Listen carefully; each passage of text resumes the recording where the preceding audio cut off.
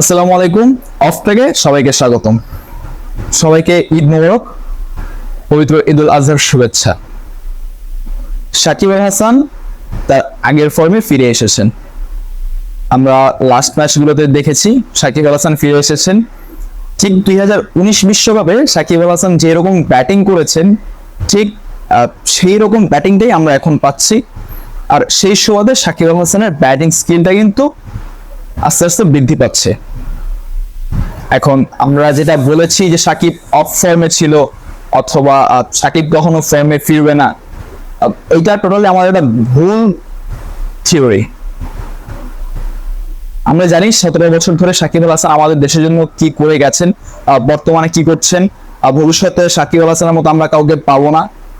But আমাদের একটা ভুল হচ্ছে, আমরা সাকিব আল হাসানের মতো কখনো কাউকে তৈরি করতে পারিনি। এখন 17 বছর ধরে একটা খেলোয়াড় বাংলাদেশকে রিপ্রেজেন্ট করে যাচ্ছে, আর একটা দুইটা টুর্নামেন্ট দেখে আপনি তাকে ফিনিশড ধরছেন, সে খেলা পারেন আপনি বিবেচনা করছেন। সো যদি আপনি এইগুলো মনে করে থাকেন, তাহলে আমি বলবো আপনার ক্রিকেটীয় জ্ঞান একেবারে শূন্য। আপনার ক্রিকেটীয় জ্ঞান একেবারে শূন্য। আপনার আবার নতুন করে আইসিসি রুলস পড়তে হবে, আপনার আবার নতুন করে সেই আগের ম্যাচগুলো দেখতে হবে, সেই অতীত ক্লাসিক্যাল ম্যাচগুলো দেখতে হবে। তাহলে গিয়ে আপনার ক্রিকেটীয় জ্ঞানগুলো আস্তে আস্তে বৃদ্ধি পাবে, বা আপনি আবার নতুন করে জানা শুরু করবেন ক্রিকেট বিষয়ে। এখন আপনি বলতে পারেন যে ভাই সাকিব রে ভুয়া বললেই কি আমার ক্রিকেট জ্ঞান শূন্য? ভাই সাকিব রে ভুয়া বললে আপনার ক্রিকেটীয় জ্ঞান শূন্য না, কিন্তু আপনি যখন বলবেন যে সাকিব দেশের জন্য কিছু করে নাই, বা সাকিবকে আপনি যখন বিশ্বসেরা মানতে নারাজ থাকবেন, তখনই শুধু আমি না, প্রত্যেকটা মানুষ ধরে নিবে আপনার ক্রিকেটীয় জ্ঞান শূন্য।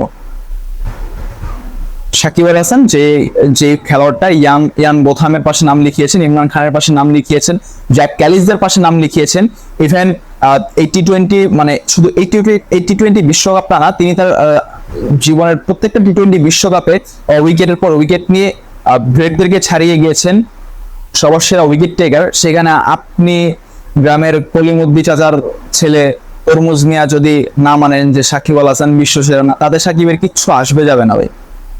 সাকিবের গ্রেটনেসটা আপনি মানতে হবে, আপনি মানতে বাধ্য। মাঠের বাইরে সাকিব যা ইচ্ছা তা করুক, মাঠের বাইরের সাকিবকে আপনার তো মাঠের ভিতর বিবেচনা করার কোনো দরকার নাই।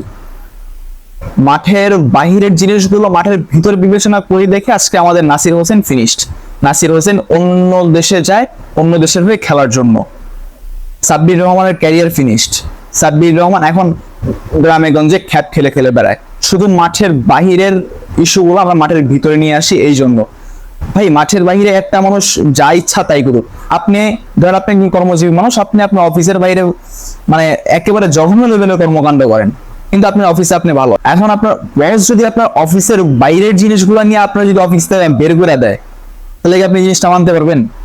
সো সাকিবের ক্ষেত্রে হচ্ছে এইটা শুধু সাকিব না ভাই, ক্রিকেট ওয়ার্ল্ডের প্রতিটা প্লেয়ারেরই হচ্ছে এইটা, যে মাঠের বাইরে যা ইচ্ছা তাই করুক, মাঠের ভিতরে মাঠের বাইরের জিনিসগুলো আনা যাবে না।